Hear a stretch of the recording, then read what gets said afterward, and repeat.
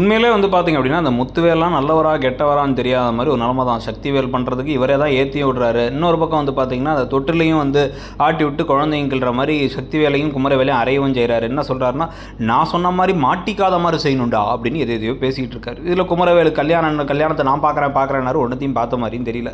இந்த எல்லா கூத்துக்களுக்கும் இடையில இப்ப தங்கமயிலோட வாழ்க்கைய பத்தி எல்லாரும் பலவிதமான கருத்துக்கள தெரிவிச்சுட்டு இருக்காங்க. ஏன்னா, தங்கமயில் இப்போ வந்து முழுசா அடுத்த பொய்யும் வெளில வந்தாச்சு. ஏற்கனவே அவங்க நகையெல்லாம் போலிங்கிறத மீனாவும் ராஜியும் கண்டுபிடிச்சிட்டாங்க. இதுக்கு நடுவில் இப்போ வந்து இதானே உன் காலேஜ், இந்த காலேஜுக்கு வா, உனக்கு நேராக போய் பார்த்து எந்த இயரில் நீ படித்து முடிச்சாங்கிறத சொல்லு. இவங்கள்ட்ட படித்து முடிச்சிட்டோன்னு சொல்லிட்டு ஒரு சர்டிஃபிகேட்டோ ஒரு லெட்டரையோ வாங்கி கொண்டு போய் யூனிவர்சிட்டியில் கொடுத்து யூனிவர்சிட்டியில் வந்து நம்ம வாங்கிக்கலாம் உனக்கு சர்டிஃபிகேட்டை அப்படின்னு வந்து இப்போ சரவணன் கூப்பிட்டு போக, வா உள்ள நீ படித்த காலேஜ் தானே, என்ன யோசிச்சுட்டே இருக்கா, வா வான்னு இழுத்துட்டு போனால் அவங்க ஒரு கட்டத்தில் நான் வரமாட்டேன்னு ஓடி வந்து அழுறாங்க.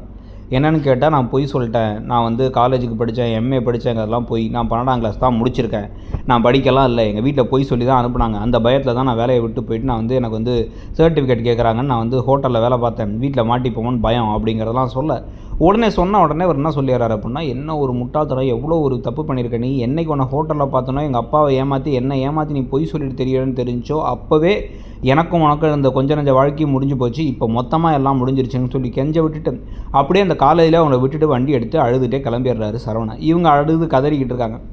இதில் நிறைய பேர் சரவணனை வந்து திட்டிட்டு தங்கமயில் பாவம்னு சொல்கிறதெல்லாம் வச்சுருக்காங்க. நீங்கள் வந்து இந்த ஒரு ஆங்கிளில் பார்த்தோம் அப்படின்னா வந்து தங்கமயில் அவங்க அம்மா அப்பா தான் வந்து கட்டாயப்படுத்தி கல்யாணம் பண்ணி வச்சிட்டாங்கன்னு சொல்லலாம்.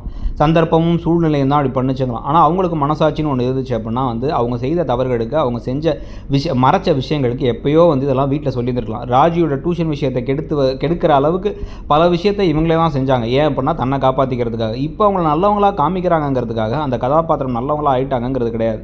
இவங்களை நல்லவங்கன்னு காமிக்க ஆரம்பிச்சிங்க அப்படின்னா பொய் சொல்கிற ஒவ்வொருத்தங்களுமே வந்து அவங்க எல்லாரும் ஒரு சிச்சுவேஷனுக்காக தான் சொல்கிறாங்க, திருடுற ஒவ்வொருத்தங்களும் ஒரு காரணத்துக்காக தான் செய்கிறாங்க அப்படின்னு சொல்லிட்டு அவங்கவுங்க பக்கத்தில் இருக்க நியாயத்தை பார்த்து அப்படியே அவங்கள மன்னிச்சு விட்டுற முடியுமா? ஸோ அதனால் வந்து இவங்க சொன்ன பொய்களுக்கான சரியான ஒரு தண்டனையோ இல்லை வந்து அது கோபமோ அதுக்கான ஒரு விலையை அவங்க கொடுத்துட்டு அதுக்கப்புறம் தான் அது சரியாகிற மாதிரி காமிக்க முடியும்.